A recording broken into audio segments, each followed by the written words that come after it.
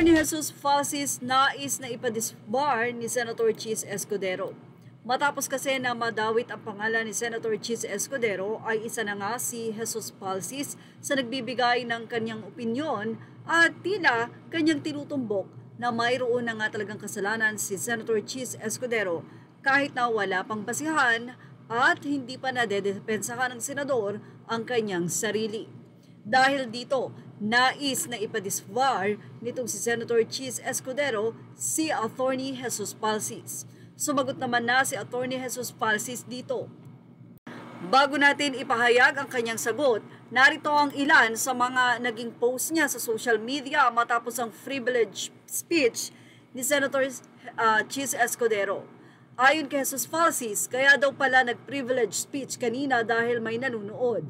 Audition piece niya pala yun para maging VP candidate si Sara Duterte sa 2028. May Bongo, Robin Padilla at Amy Marcos pa na nakapila din. Libreng mangarap Chis. Isang mga bagay na tanging siya lang yatang nakakaalam at pinangungunahan ang nasabi nga pong utak o isip ni Senator Chis Escudero. Kaya naman isa itong bagay na sinasabi ni Senator Chis na paninirang puri ng nasabing abogado. Narito pa ang pagbabahagi ni Jesus Falsis. Huwag niyang antayin itaas ko ang kilay ko. Matatalo siya sa laki at kapal ng kilay ko. Explain the 142 billion budget insertion in the most corrupt 2025 budget. Explain why you accepted campaign donations from contractors such as Lawrence Lubiano. Explain why you mangled the definition of forfeit under the Constitution. Explain why DPWH Yusek Bernardo alleged that you received 160 million pesos in kickbacks because you told him.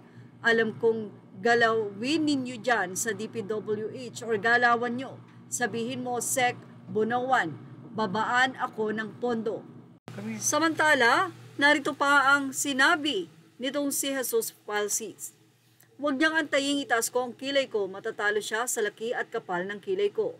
Explain the 142 billion budget insertions in the most corrupt 2025 budget.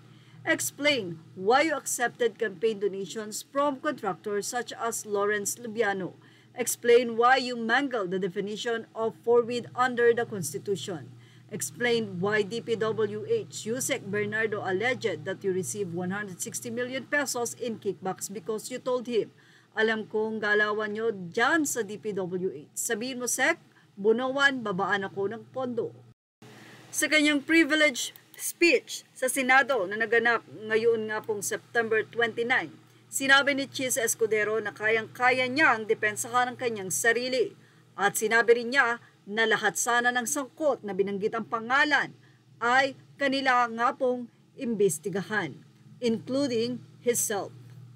Samantala sa pagkakadisbar, narito ang sagot ni Jesus Falsis kay Senator Chis. Sino ang dapat madisbar? Ako na galit sa korupsyon or mga politiko na accused of kickbacks and budget insertions?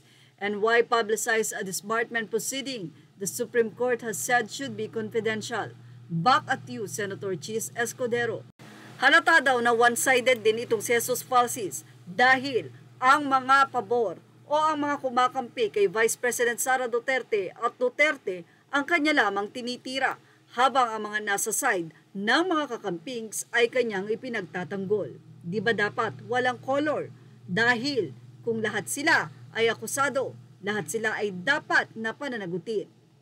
Sa ibang balita naman, narito ang ibinahayag din ni Jesus Falsis kay Raffy Tulfo. Ralph Tulfo on 6.7 million peso bill that he paid off with his credit card at a Las Vegas club in 2023. Sa panahong mahigpit ang pagbabantay ng publiko sa paggamit ng kanilang buwis, nais ko lamang pong linawin na ito ay isang personal trip at wala kaming ginamit na pondo ng gobyerno at pera ng taong bayan versus Code of Conduct and Ethical Standards for Public Officers or RA number 6713, Section 4, Norms of Conduct of Public Officials and Employees. Every public officials and employee shall observe the following as standards of personal conduct in the discharge and evacuation of official duties.